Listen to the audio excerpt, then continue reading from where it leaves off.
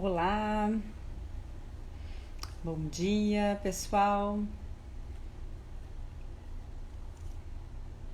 O pessoal está entrando.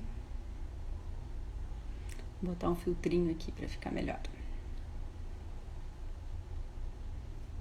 Pronto. Oi, Zé Guilherme, Janete, querida, os amigos. Oi, Renata, Ju. Então, pessoal, vamos para um momento de reflexão coletiva sobre as contribuições da psicologia na formação docente, enquanto o pessoal vai chegando para a nossa conversa, que eu imagino vai ser uns 30, 40 minutos, depende da interação também, do que vocês tiverem dúvidas para perguntar e colocar. Oi, Ju, a gente estende o papo, tá bem? Então, vou primeiro fazer um briefing para poder explicar para vocês como que veio essa ideia de fazer uma live, né, um diálogo sobre a formação docente e ajudar, na verdade, os gestores pedagógicos, gestores escolares a planejar jornadas pedagógicas, como aqui no Rio Grande do Sul muitas vezes a gente chama, né, de jornada pedagógica. Em outros lugares do país chamam de outros nomes. A live vai ficar salva. Olha, eu vou tentar deixar salvo.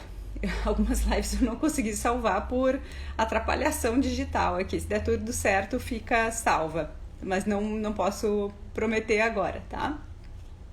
Então, como que chegou essa ideia?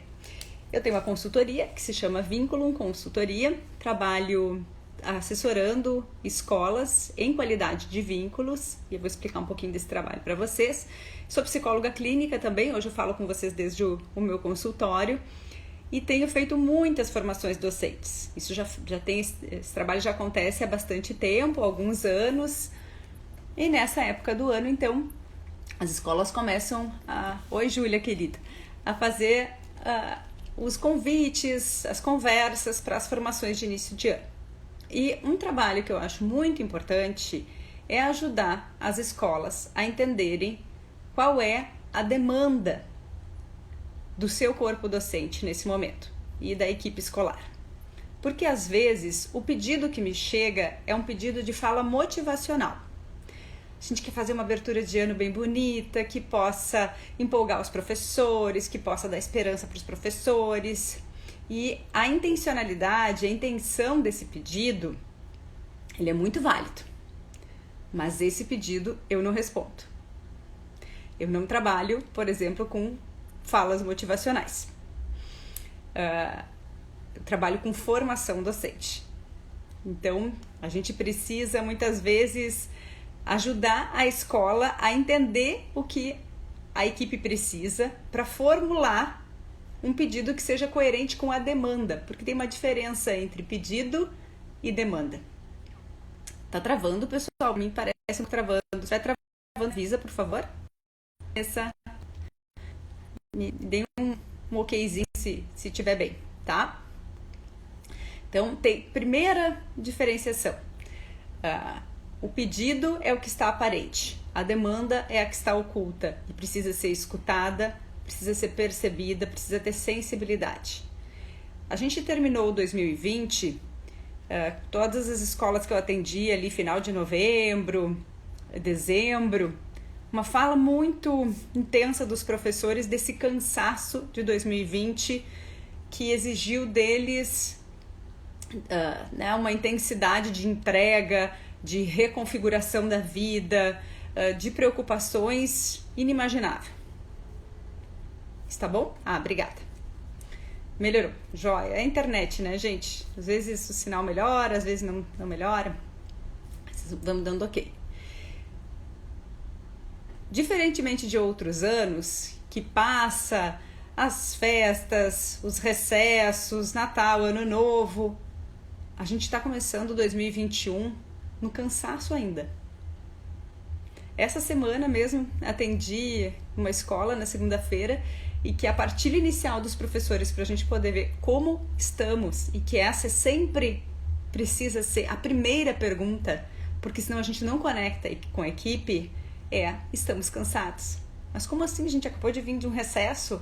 Sim, porque tem um cansaço cognitivo, tem um cansaço mental, tem um cansaço que é do medo da contaminação pela Covid, tem um cansaço que é político, tem um cansaço de entender, gente, a pandemia não terminou quando os fogos de artifício estouraram para comemorar 2021, a gente ainda vai ter aula diferenciada, síncrona, online, presencial, isso dá muito medo. Então, a gente tem que ter muito cuidado nesse momento para que uma fala de abertura de ano letivo, que supõe uma continuidade de formação, ela não seja desrespeitosa com o momento que os professores estão, mesmo que a intenção seja melhor. Porque uma fala que seja motivacional no sentido de líder de torcida, eu estou fazendo um pouquinho de exagero aqui, não vai atender e não acolhe as ansiedades de um grupo docente nesse início de ano. E isso é muito sério. Então, o que a gente tem que ter como princípio claro quando a gente pensa a atuação da psicologia dentro de uma escola? Quero chamar atenção para 2 aspectos. O primeiro, o coração de uma escola é o pedagógico. Qualquer outro saber da psicologia, da informática, da medicina, do que for, ele está a serviço do pedagógico. E isso não é um demérito para a psicologia, muito pelo contrário. O coração de uma escola é a proposta, é a abordagem pedagógica que ela elege para pensar a educação e para conduzir os processos junto com as crianças, os adolescentes e as famílias. Se a escola não tem clara a sua abordagem pedagógica, a sua proposta pedagógica, esse é o primeiro passo para ser construído numa formação docente. Então, a psicologia, ela para de aparecer quando a proposta pedagógica é clara. Conceitualmente, ela está na ponta da língua dos professores. Ela não é só uma teoria dos quadros, painéis da escola. Encarnada na realidade, ela se transforma em planejamento. Então, com isso, a gente consegue ir para o outro aspecto, que é uma escola precisa ser pensada como um ambiente. E esse ambiente, assim como o ambiente da casa, assim como um ambiente comunitário, é um ambiente que pode ser produtor de saúde mental ou produtor de sintoma, de adoecimento. E conforme a abordagem pedagógica, a gente tem mais condições, mais elementos para construir prevenção em saúde e espaços, ambientes emocionalmente saudáveis, ou a propostas pedagógicas que suscitam sofrimento. E a gente está num pico, né? Assim, da onda de transformação de uma sala de aula para ser mais colaborativa, que participativa, que engaje os estudantes, que a gente saia de uma educação bancária, como nos dizia Freire, porque essa educação bancária produz sofrimento socioemocional também, não só na criança e no adolescente, mas também no trabalhador, também no professor. Então, uma coisa, ela está sempre alinhada com a outra, né? Está sempre em conexão com a outra. O que é um ambiente emocionalmente saudável numa escola? Primeiro parâmetro: os trabalhadores dessa escola precisam ser felizes nesse ambiente. Precisa fazer sentido para quem trabalha nessa escola o modo como é conduzido o trabalho, como as relações são pensadas, entre os adultos, as políticas de gestão. Dá o olho primeiro no professor, na auxiliar, na cozinheira. As pessoas se realizam como gente nesse espaço.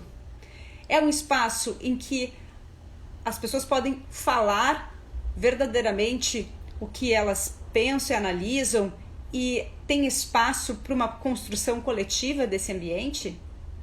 As pessoas se sentem respeitadas, os adultos, né? Encorajados, estimulados a aprender mais, a se desenvolver mais.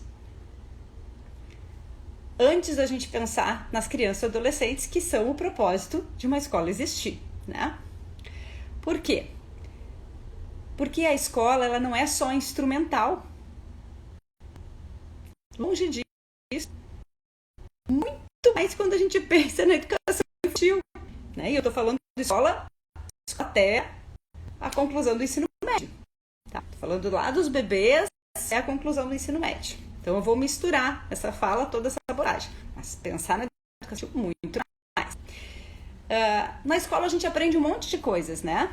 A gente aprende a conviver em grupo, a gente aprende a conversar, a gente aprende a ler, a gente aprende a escrever, a gente aprende sobre matemática, a gente aprende sobre história, a gente aprende muitas coisas. Mas a gente também aprende, para além das aprendizagens cognitivas, como eu falei, né, agora no finalzinho da fala, a gente aprende sobre afetos. Tem uma aprendizagem que é motora, linguística, cognitiva, ela é dos afetos. A escola ela é esse caldo cultural que expressa um tempo presente, mas também expressa uma utopia de vida, de sociedade. E precisa ser essa expressão daquilo que a gente sonha para o mundo. Então a escola, ela também é subjetivante, subjetivadora, né? Ela nos, a partir de como a gente é visto, como a gente é olhado, como a gente é tocado, como a gente é abordado numa escola. Isso faz com que a gente se torne gente. E isso nos estrutura psiquicamente. Quando a gente fala de berçários, muito mais. Mas isso vai se dar de diferentes maneiras em todas as fases da vida. Até os adolescentes. E, inclusive, nos adultos. Porque a gente precisa dessa manutenção de eu sou, eu existo, quem eu sou no mundo. Então a escola, ela também nos constitui, ela se constituição psíquica. Olha a seriedade disso. Uma escola que vê os seus estudantes de uma maneira homogeneizada, despersonalizada, uma escola que não vê cada adolescente, cada criança na sua individualidade, que pasteuriza o conhecimento e a aprendizagem, vai provocar sofrimento, vai provocar sintomas. Ok, vamos para o como? Vamos como que a gente constrói então essa formação docente que vai ao encontro do que a gente sonha como escola, de uma escola que se objetiva para a educação para a paz, que se objetiva para as pessoas poderem ser elas mesmas e terem orgulho e prazer de serem como são, com o corpo que tem, com as qualidades que tem, com os defeitos que tem, que se veem contribuintes da sociedade para o futuro. O que a gente precisa pontuar nas formações docentes, ou melhor, o que a gente não pode abrir mão quando a gente pensa uma jornada pedagógica, que não pode ser um momento isolado no ano, ela precisa o ano inteiro de ação da equipe e sempre aprofundando, qualificando a abordagem pedagógica que essa escola elege para pensar a educação. Primeira questão. Precisa ser uma formação que ajude a equipe a fazer perguntas. Perguntas sobre a sua prática, perguntas sobre o que eles têm curiosidade de saber sobre as crianças e adolescentes. Quais são os principais pontos de angústia, de dúvida em relação ao dia a dia da escola, seja ela no modelo online ou no modelo presencial. A construção da pergunta junto aos professores, junto à equipe escolar, ela é essencial. Se a gente não tem uma equipe que é instigada a perguntar e respeitada nos seus processos de fazer perguntas, não se sentindo intimidada, não se sentindo envergonhada, isso permanece, isso perdura durante o ano. Então não se angustie de numa jornada pedagógica vir com tudo pronto para os professores, como uma receita pronta de como eles deveriam atuar, o que eles deveriam fazer, e apenas voltado para um treinamento. Não que isso não tenha o seu valor, claro que tem. Né? Eu, informática, que sou super inábil, né? Preciso de treinamento para isso. A gente precisa de treinamento para muitas coisas na vida. Mas esse não pode ser o objetivo de uma jornada pedagógica. Precisa ser como que um professor, que uma professora, que um auxiliar, que um técnico pergunta e questiona o estar na escola, porque senão ele não consegue fazer as perguntas éticas fundamentais da sua prática, que é: isso que eu estou fazendo, isso que eu estou dizendo, que modo de subjetivação implica? Que mundo engendra? É coerente com a proposta pedagógica dessa escola, com a concepção de infância, com a concepção de adolescente que essa escola tem? A gente fala muito sobre a concepção de infância e a gente fala pouquíssimo sobre a concepção de adolescente nas escolas. E eles ficam relegados como se, bom, passou para o 6º ano, a gente já nem precisa se preocupar muito e se investe pouco no entendimento das características de cada tempo, de cada faixa etária da adolescência. A gente precisa ter claro numa escola qual é a concepção de sujeito que essa escola trabalha. Porque isso é a ponta qual o direcionamento das formações pedagógicas durante o ano. A vida não é uma empresa, gente. E por mais que as escolas tenham sim uma dimensão empresarial, no sentido de ter uma responsabilidade financeira, especialmente escolas particulares, as escolas públicas também, de poder gerar os recursos que chegam com qualidade, com transparência, tem uma dimensão de uma gestão empresarial. Mas o coração da escola não é empresa, de nenhuma escola, seja pública ou particular. Eu trabalho com muitas escolas públicas e escolas particulares. O coração da escola é a vida, é onde a vida acontece. E essa vida, ela não pode ser performática, ela precisa fazer sentido. Então, muito cuidado para não exigir do professor aquilo que fica totalmente incoerente com uma proposta pedagógica emancipatória, que é de um performar, de um professor que tem que bater metas, de um professor que tem que dar o melhor de si e estimular uma competitividade entre o grupo. Isso não ajuda o corpo docente. Uma escola de qualidade se faz com um corpo docente que se pensa, que se percebe, que se escuta e consegue identificar essa minha abordagem aqui não é coerente com o que a gente sonha e trabalha nessa escola, com o que está lá no nosso plano político-pedagógico. Esse modo como eu estou chegando para convocar os adolescentes para a cooperação, ele fere princípios de dignidade. Vou dar um exemplo, que eu usei bastante na quarentena e que aconteceu muito. Uma turma de ensino médio. Aí a gurizadinha, ninguém quer abrir a câmera. Se o professor se angustia, fica triste, fica chateado e começa a se perguntar: será que eles não estão gostando da minha aula? Será que eles não gostam de mim? Será que eu não sou um bom professor? Ou, que dá na mesma, será que eles são preguiçosos, que eles não querem mesmo? Essas perguntas não são as perguntas de qualidade que a gente precisa. São perguntas que procuram culpados. E elas vão gerar práticas que têm a ver com essa ideia de culpado, que é punição e recompensa, né? Qual foi, nesse exemplo que eu estou trazendo, a atitude da professora, e que depois ela consegue questionar ela? Quem não abrir a câmera vai perder ponto. E torna obrigatório o abrir a câmera conforme a uma nota. Uma atrapalhação geral, né? Geral, uma professora angustiada, a avaliação como uma punição na escola, e isso fere os princípios pedagógicos daquela escola, né?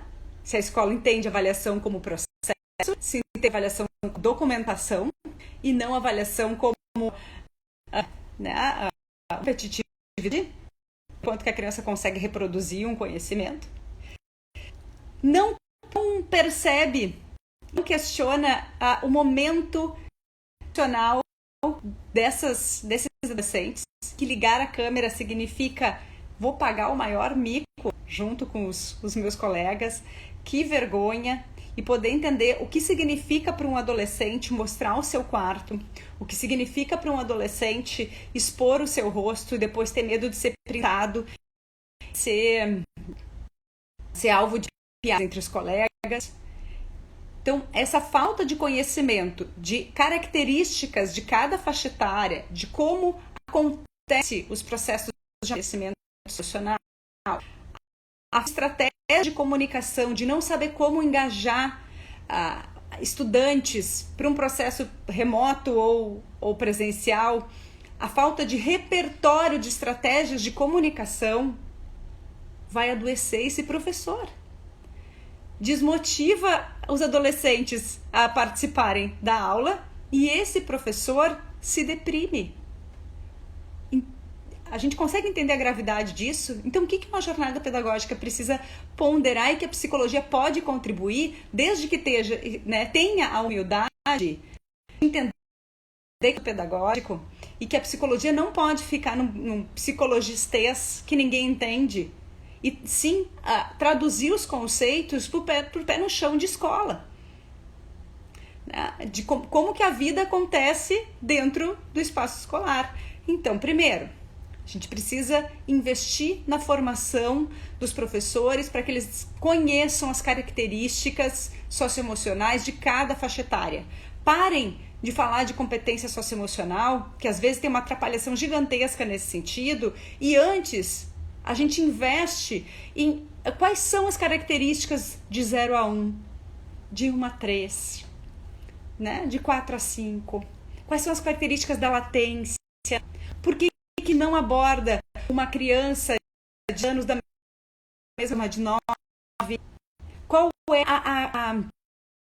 as características do pensamento neurológicas, emocionais?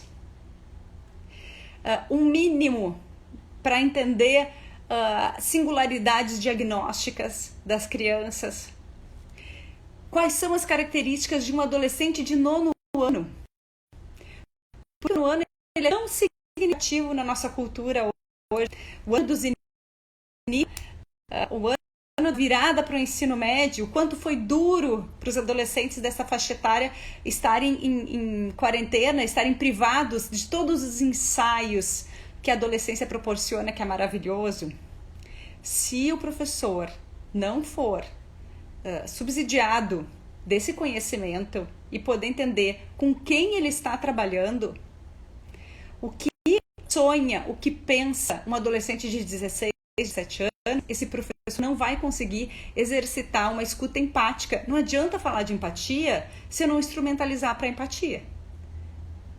Não consegue fazer uma escuta empática e fica reativo, fica com raiva dos comportamentos das crianças e dos adolescentes. Só que esse professor também sofre. Então essa é a primeira questão. Outra questão importante de abordar nas jornadas pedagógicas. Gente, a gente tem um repertório de comunicação, um repertório de conflitos muito limitado culturalmente. Muito limitado. Desencorajador, com a ideia de que limite a gente tem que construir na brabeza, na irritação, quem fala mais alto. Como é que é, professor? Tu não tem domínio de turma? Qual é o professor que tem domínio de turma? É o professor que é brabo, que os estudantes têm medo? É o professor o mais querido, o mais carinhoso? Então a gente precisa desmistificar essas ideias, entender que esse paradigma em que o comportamento dentro das escolas era pensado a partir de ameaça, de punição, de castigo, né, de um aluno que era pouco participativo e ajudar esse professor. Se a gente quer uma sala de aula colaborativa, se a gente quer uma sala de aula que engaje, que encoraje e que aumente o senso de aceitação, de conexão e o senso de importância, né, de me sentir útil, para ajudar esse professor a encontrar ferramentas diferentes daquelas que ele traz no bolso, que ele aprendeu na infância, que ele viveu na sua escola e que a universidade não ensinou. E se não ensinou, a gente como escola, como gestores, a gente tem essa responsabilidade sim de contribuir para o professor, de como ele pode resolver conflitos de outras formas. Só que adianta uma aula sobre isso? Não, gente.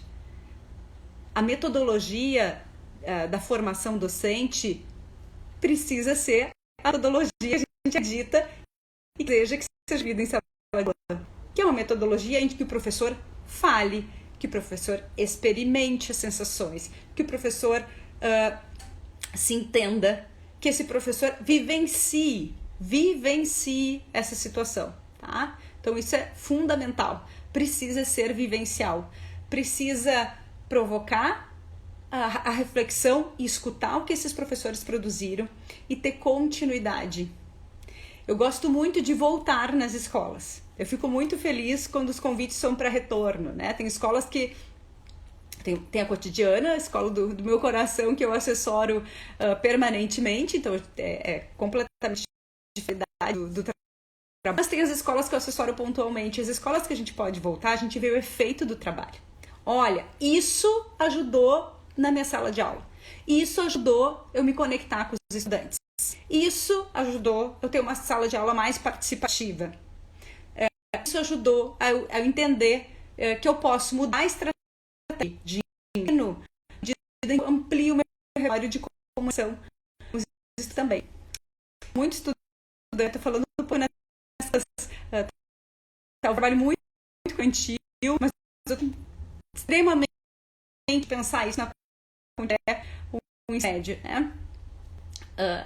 Com as crianças pequenas, ninguém ensina o professor de educação infantil, que é muito demandado a conversar com os pais, a conversarem com os pais. Como que a gente aborda uma família? Como que a gente conversa com uma família? O que é importante observar do desenvolvimento socioemocional integral das crianças pequenas, que a gente não pode deixar passar, porque a gente tem uma responsabilidade em relação a isso. Quais são os sinais de risco, de alerta? Nas crianças pequenas, nas maiores, nos adolescentes.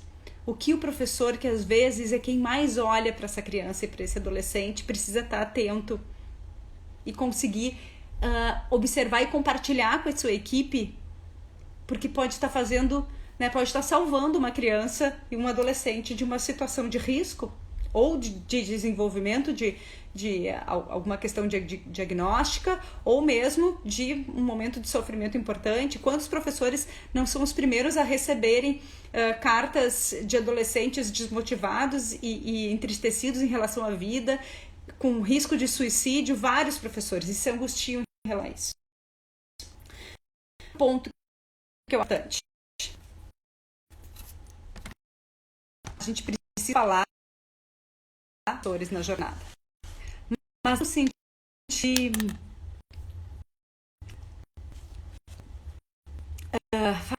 falar saúde mental, falando com professores que são sensacionais, enquanto não é por aí, tá? A gente precisa conversar com os professores sobre o que é saúde mental. Quais são as estratégias de saúde mental que a gente pode estar pensando para a vida e o que eles pensam a respeito disso? O que amplia a nossa potência de agir, a nossa capacidade de agir, e o que diminui a nossa capacidade de agir. A gente precisa trabalhar junto com os grupos docentes como que adulto se comunica com adulto. Como que a gente resolve problemas junto em equipe. Porque grande parte das situações difíceis que acontecem dentro de uma escola são entre os adultos. Por dificuldade de comunicação, dificuldade de expressar o que sente, dificuldade de pedir ajuda para o colega, fofoca dentro da instituição, um clima que nunca para uma ideia cooperativa, colaborativa. Então a gente também precisa contribuir para esse professor trabalhar com o outro professor. A gente tem hoje uma tendência muito individualizante da imagem desse professor. Tá travando? Ui, ai que pena, gente. Será que eu consigo internet? Não sei. Tá travando ainda ou parou? Melhorou? Vanessa, querida. Vamos abrir algumas perguntas? Eu preparei mais pra gente poder. Sim, significa que melhorou? Melhorou. Obrigada, Fábio. Ai, travando bastante. Que pena.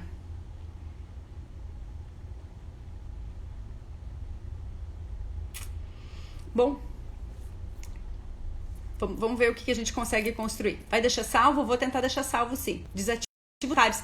Pois é, não queria desativar os comentários, eu queria ver algumas perguntas de vocês. Vamos tentar um pouquinho com as perguntas?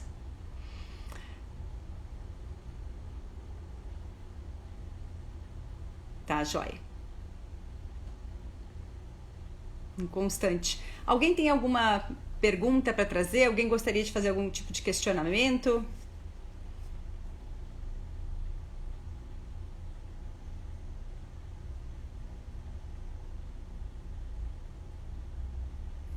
Oi, Isa. Melhorou? Vou tentar tirar os comentários, então. Ó, como lidar com concepções de professores diferentes?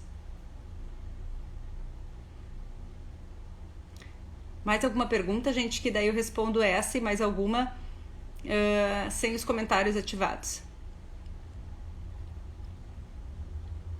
Sendo que o PPP é único. Uhum. Já vou responder. Mais algum questionamento? Aqui surgiu uma pergunta. Vamos ver se eu consigo abrir. Como lidar com as diferenças entre os professores? Como coordenador pedagógico pode melhorar, contribuir na retomada das aulas presenciais?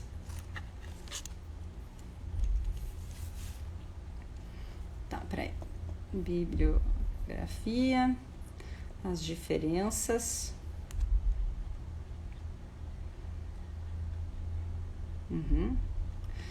Toca muito com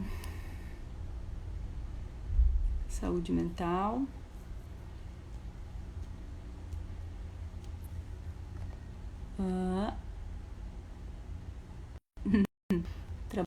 Trabalho superior. Tá. Vou desativar os comentários, gente, porque quando eu começo a falar, o Instagram trava. Aí sem os comentários. Vou indicar a bibliografia, sim. Uma rede de ensino? Rede. Vou começar pela pergunta da rede, ok? Que foi a última.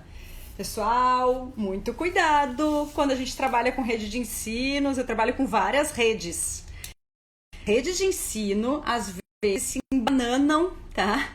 Porque acreditam que dá para fazer uma formação única e padronizada para a rede inteira e que de norte a sul do país isso vai fazer sentido. Muito cuidado. O que a gente trabalha quando a gente trabalha com redes de ensino do tamanho de um Brasil como esse?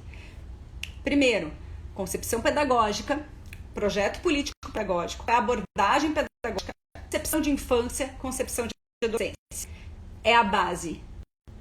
A formação. Que isso depois segue, né, nas metodologias de sala de aula, em como que a gente pensa a organização dos tempos, dos espaços e dos materiais, não só na educação infantil, mas em todo o conjunto da escola. Agora, cuidado com formações padronizadas. Rede de ensino tem mania de criar livro didático padronizado para todo mundo, por exemplo, o absurdo de criar um livro didático para a educação infantil que não faz o menor sentido, que é uma violência com as crianças. achando que isso vai construir uma identidade de rede. Gente, a identidade de rede, ela não precisa ser a mesma de norte a sul do Brasil, não é isso que constitui identidade de rede. Cada lugar tem a sua singularidade, tem as suas especificidades culturais, tanto dos professores quanto das crianças e adolescentes. Não tem nada pior que a gente estar numa instituição de ensino e se ver de maneira, perceber que a gestão nos vê de maneira homogeneizada, não perceber essas diferenças.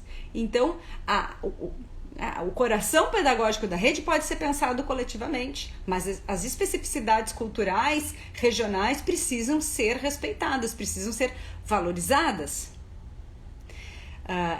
Entendendo que a beleza da gente trabalhar numa rede é justamente o compartilhamento de boas práticas, de experiências. Isso que eu acho bárbaro quando a gente trabalha com redes de ensino. Que daí o pessoal lá do Nordeste compartilha das ações que desenvolve no Sul, o pessoal do Sul trabalha e faz formação com o pessoal do Nordeste, e um compõe e aprende com o outro, faz intercâmbio de professores, intercâmbio de estudantes, aí faz sentido. Agora, achar que um livro didático vai responder uma identidade de rede, porque isso, se eu for para a escola da rede tal, lá no Rio Grande do Norte ou no interior de Santa Catarina é a mesma escola, eu como mãe ficaria preocupadíssima, porque não pode ser a mesma escola. Pode ser as mesmas concepções pedagógicas e as mesmas concepções de infância e adolescência, tá ótimo, mas enquanto características de relacionamento, de organização cultural desse espaço, de repertório cultural, que uma escola tem uma responsabilidade gigante, né? De construir o repertório cultural, filosófico das crianças e adolescentes, isso precisa ser a partir da especificidade da história, daquilo que faz sentido no espaço, tá? Sobre as diferenças entre os professores, que bom, né? Maravilhoso. Que bom que a gente tem gente que pensa diferente e cada um pode contribuir com as suas ideias. Tomara que a gente tenha uma equipe extremamente heterogênea numa escola. Não só de formação acadêmica, mas também que a gente possa ter dentro de uma escola professores de orientações sexuais diferentes, professores negros, professores indígenas, professores, né, de trajetórias culturais diferentes que enriquecem esse espaço escolar. A gente precisa pensar na diversidade do corpo docente, porque isso qualifica a produção teórica, que precisa ser autônoma, precisa ser autêntica desse espaço. Contudo, uma escola, ela tem que dizer a que veio. Ela tem que saber por que ela está no mundo. E que mundo, que sociedade ela engendra, ela quer construir a partir das suas práticas, das suas falas, das suas formas de relacionamento. E isso tem que estar muito claro com o corpo docente. O corpo docente se atrapalha e atua no sentido de sabotar e das coisas não funcionar quando não tem essa clareza pedagógica. Isso para mim é um clássico, né? E quando o corpo docente percebe que é incoerente aquilo que se quer construir como parâmetros de relacionamento saudáveis com as crianças e adolescentes, com o jeito como a gestão constrói o relacionamento com o corpo docente e com todos os atores da escola. Então, esse isoformismo pedagógico, como o Paulo Fock, querido, nos traz, precisa ser assim levado à risca. Se a gente quer uma gestão de sala de aula que eduque para a paz, que engaje a colaboração, a participação, isso precisa ser feito nos processos de gestão da escola também. Porque a gente precisa viver esses processos para conseguir construir ele com os demais, né? Então, se não está claro, e também poder conversar com os professores nesse sentido, né? Olha, essa escola não grita com os estudantes. Esta escola não trabalha a avaliação como punição. Nesta escola, a gente não faz fofoca do colega no corredor. A gente conversa as coisas nos espaços adequados. Então, é poder entender o que a gente não abre mão, quais são os princípios para acolher a alteridade e a diferença, mas com alguns princípios de vida, de relacionamento que estão comprometidos com o que a gente quer no futuro e que é fundamental. Bíblias. Tem muita coisa boa.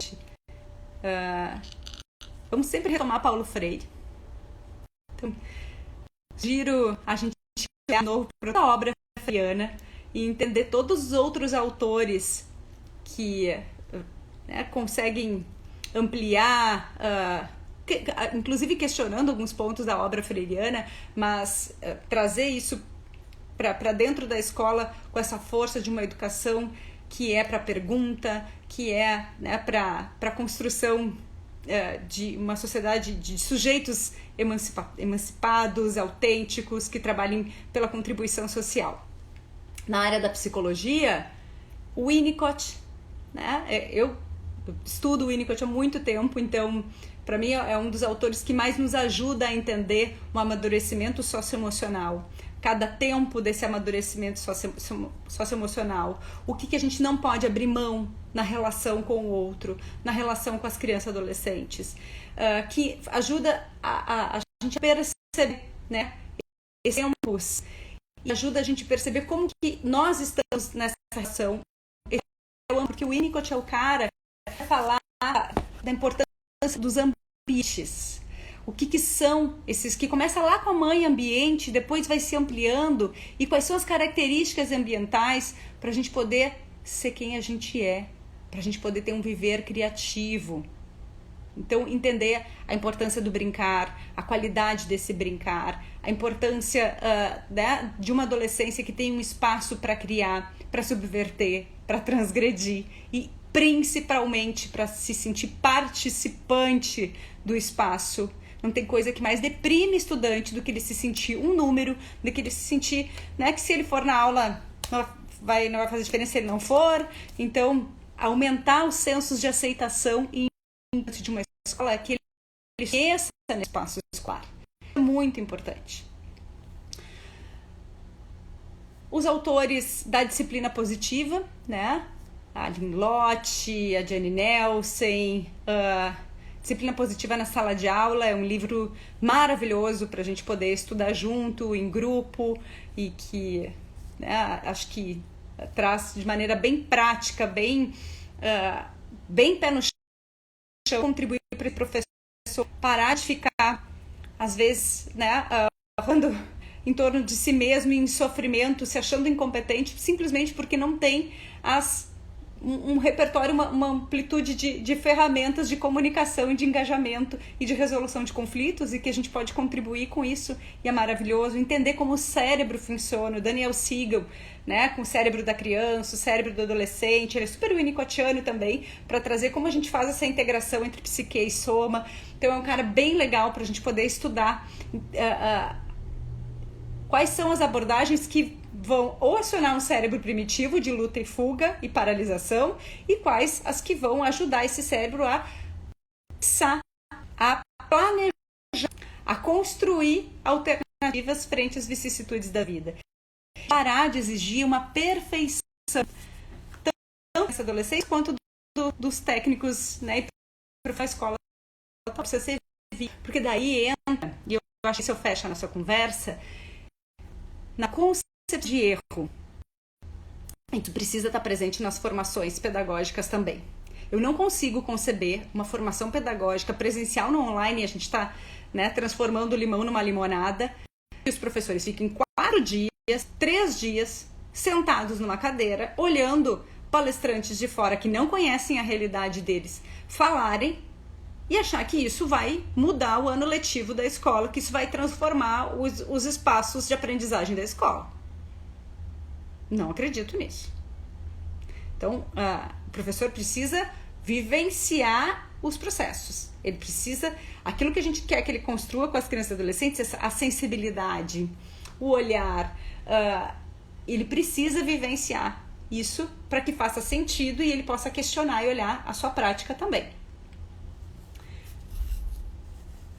Então, eu falei de Winnicott, falei da disciplina positiva, falei do cérebro. Acho que é por aí, assim, das sugestões.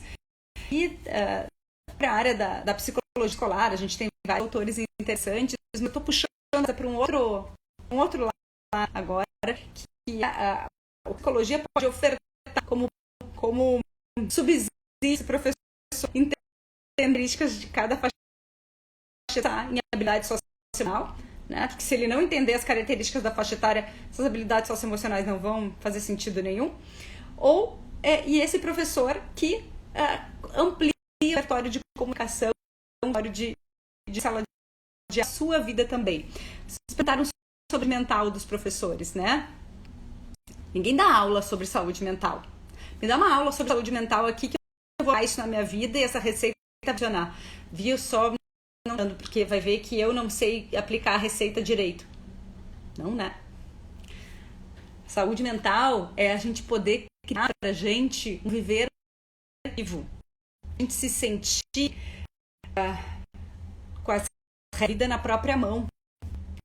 É a gente perfeita, imperfeita, com problemas, mas ela é minha vida. Essa vida, ela é minha vida.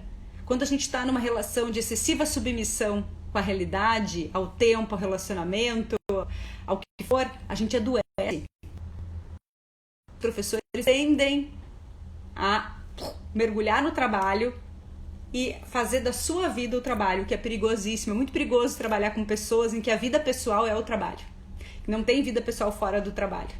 O trabalho é importante, mas isso não pode resumir a nossa vida. Então, também produzir esses ambientes que sejam que não sejam de uma cobrança excessiva, que possam ajudá-los a fazer perguntas sobre como eu estou vivendo a minha vida, sobre os modos de vida, que valorizem esse trabalhador, que priorizem relações dignas nos ambientes de trabalho. E dignidade envolve série de coisas, né? O jeito como eu comunico, a remuneração, o engajamento, isso é fundamental. E o último ponto é sobre a ética do cuidado, né?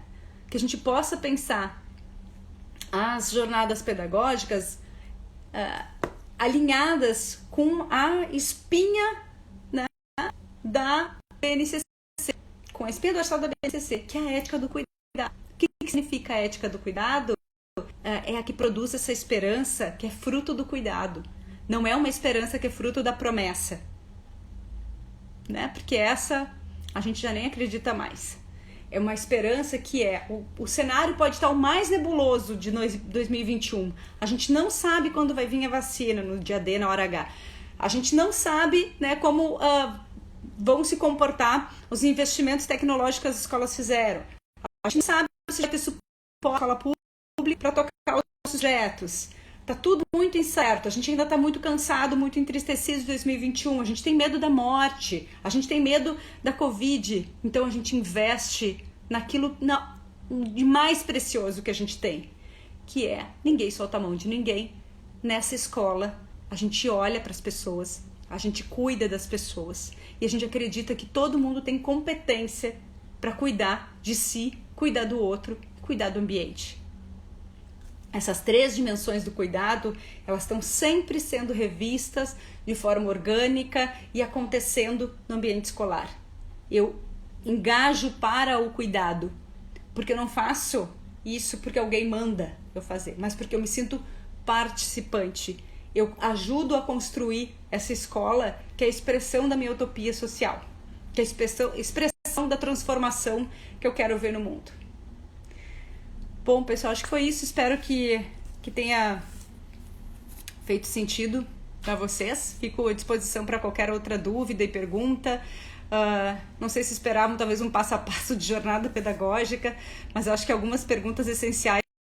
Não sei se eu consigo abrir comentários, se alguém quer dar alguma ideia, comentar, e a gente encerra. Abrir os comentários de novo, vamos ver.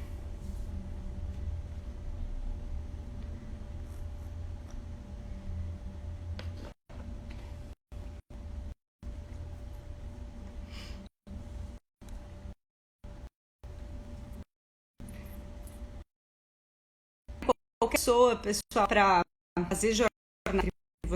Primeira, uma sugestão: o tempo das formas pedagógicas entre as dicas, na verdade. Mescle um tempo, das jornadas com pessoas de fora, de outros conhecimentos que possam contribuir para a realidade de vocês. Alinhem com as pessoas que vocês contratarem, se elas qual é a metodologia e se elas são coerentes com o que vocês realmente desejam trabalhar, tá? Com os professores ensinando os professores oficinando para os professores. Quando eu falo professores, pessoal, por favor, entendam, eu tô falando da equipe escolar como toda, tá? Que é super importante a gente envolver a escola inteira nessa ideia de uma escola viva e que respeita as características, para a gente honrar a infância e a adolescência de quem está conosco. Isso precisa ser essencial.